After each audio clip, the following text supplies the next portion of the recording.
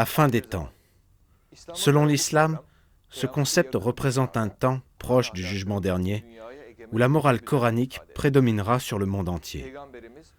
Le prophète Mohammed, paix et bénédiction sur lui, l'a raconté avec des détails importants dans les hadiths, c'est-à-dire ses paroles. Après le prophète, un certain nombre de grands penseurs musulmans ont donné des explications supplémentaires sur le sujet qui rapportent que la fin des temps comportera un certain nombre d'événements successifs. Dans la première époque de la fin des temps, le monde deviendra dégénéré à cause des systèmes philosophiques qui renient l'existence de Dieu. L'humanité s'éloignera du but de sa création, menant à un terrible vide spirituel et à un effondrement moral. À la suite de grands désastres, guerres et souffrances, l'humanité cherchera la réponse à juste une seule question: où se trouve le salut? En ce moment même de désespoir, Dieu chargera une entité spirituelle de sortir l'humanité du chaos et de la guider au droit chemin, le Mahdi. Ce mot signifie « celui qui guide les gens à la vérité ». Selon les paroles de notre prophète, le Mahdi conduira une lutte tout d'abord dans le monde musulman et fera revenir ces musulmans qui se sont écartés de l'essence de l'islam à la vraie foi et à la vraie morale. À ce point, il aura 3 tâches principales. Premièrement, vaincre les systèmes philosophiques qui renient l'existence de Dieu et encouragent l'athéisme. Deuxièmement, mettre un terme aux pratiques qui n'ont rien à avoir avec la religion, mais qui sont considérées comme en faire partie, et la révélation et l'implémentation d'une véritable moralité islamique basée sur le Coran. Troisièmement, établir les bases de la paix, du bien-être et de la sécurité et résoudre les problèmes sociaux, et ce en commençant par son propre pays, pour passer ensuite au renforcement politique et social de l'ensemble du monde musulman. La succession des événements à la fin des temps a été expliquée en détail par le prophète Mohammed dans ses hadiths, il y a 1400 années, ainsi que dans les ouvrages de plusieurs penseurs musulmans.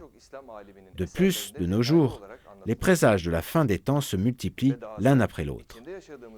Puisque ces signes dont vous allez être témoins se sont passés peut-être séparément dans le temps, ils peuvent paraître comme des événements tout à fait ordinaires. Encore est-il que l'occurrence de multiples signes l'un après l'autre, pendant un très court laps de temps, ne peut être considérée comme une coïncidence. Cette succession de tous ces faits expliqués des centaines d'années auparavant, exactement de la façon dont ils ont été décrits, prédit l'apparition sûre et certaine du Mahdi.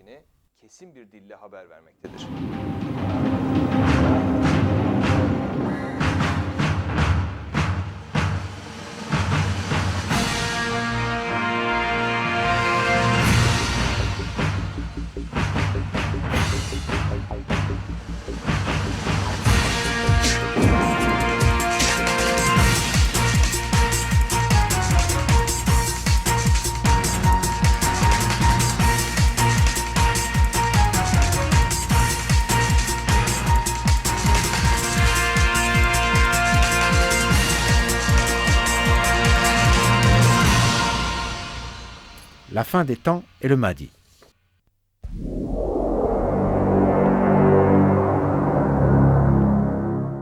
L'arrêt du fleuve de l'Euphrate.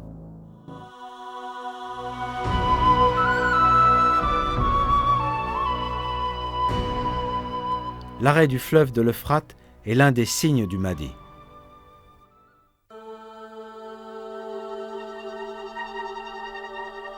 Le plus grand fleuve de la Turquie. L'Euphrate. Ce fleuve a vu l'occurrence d'un événement majeur en 1975.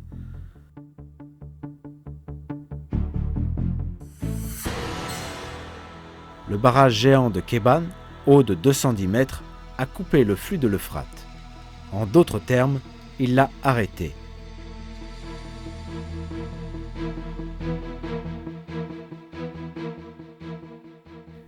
Le signe indiqué dans le hadith du prophète s'est réalisé.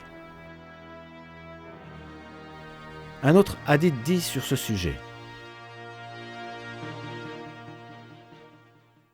Le messager de Dieu dit « L'heure n'aura pas lieu avant que la rivière de l'Euphrate ne se dessèche pour révéler une montagne en or pour laquelle les gens se battront.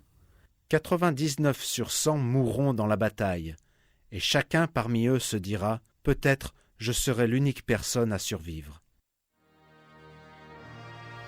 Jetons maintenant un coup d'œil sur certaines expressions dans ce hadith. L'heure n'aura pas lieu avant que la rivière Euphrate ne se dessèche pour révéler une montagne en or. Selon les points de vue unanimes des commentateurs de hadith, cette expression se réfère à l'arrêt du flux de la rivière de l'Euphrate. En effet, en 1975, la construction du barrage de Keban a coupé et arrêté le flux de la rivière. L'heure n'aura pas lieu avant que la rivière Euphrate ne se dessèche pour révéler une montagne en or.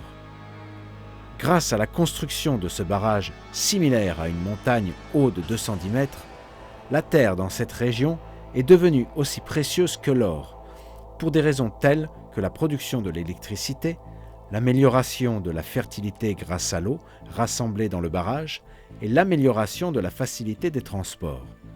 Le résultat de cet énorme projet de développement, connu sous le nom du projet du sud-est de l'Anatolie ou GAP, révèle clairement cette vérité. Cette région a acquis ainsi de nouvelles opportunités économiques, ses revenus ont augmenté et le chômage a diminué. D'un autre côté, une histoire récemment couverte par la presse révèle clairement la véracité de l'expression utilisée dans le hadith. Selon l'histoire, des photographies par satellite auraient prouvé l'existence de grandes masses d'or dans le lit de la rivière de l'Euphrate et qu'elles pourraient être vues si l'eau se retirait.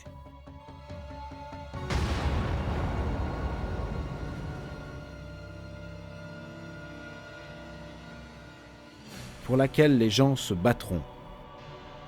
Cette expression dans le hadith se réfère à une bataille dans laquelle beaucoup de gens meurent. Les propriétaires des terres dans cette région ont subi de terribles pertes à cause de l'anarchie qui a eu lieu tout au long de la longue période de terreur là-bas, et beaucoup de gens ont perdu leur vie. En résumé, les déclarations dans le hadith se sont réalisées l'une après l'autre et ont été vécues tout comme il a été révélé dans le hadith.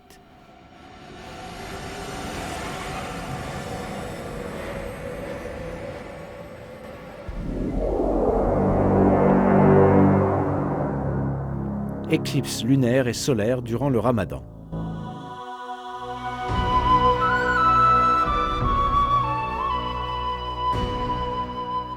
Il y aura 2 éclipses durant le Ramadan avant que le Mahdi n'émerge.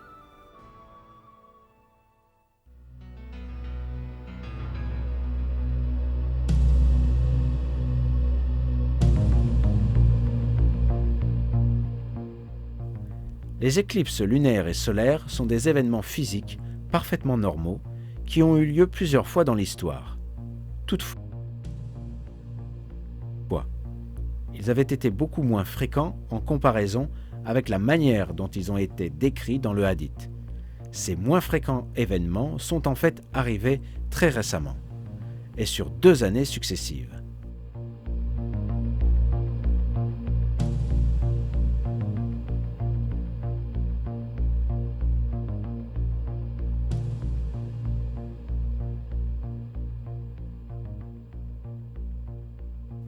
En 1981, ou 1401 sous le calendrier de l'Hégire, il y a eu une éclipse lunaire le 15e jour du Ramadan et une éclipse solaire le 29e jour du mois.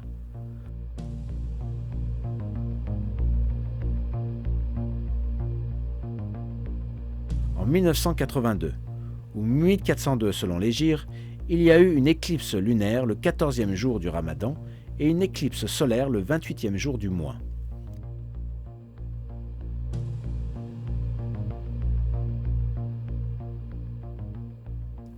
Survenant ensemble et en même temps que les autres présages de l'arrivée du Mahdi, ces faits au début des années 1400 du calendrier de l'Hégire et qui se sont répétés d'une manière miraculeuse en 2 années consécutives renforcent la possibilité que ce sont les événements cités dans l'avertissement.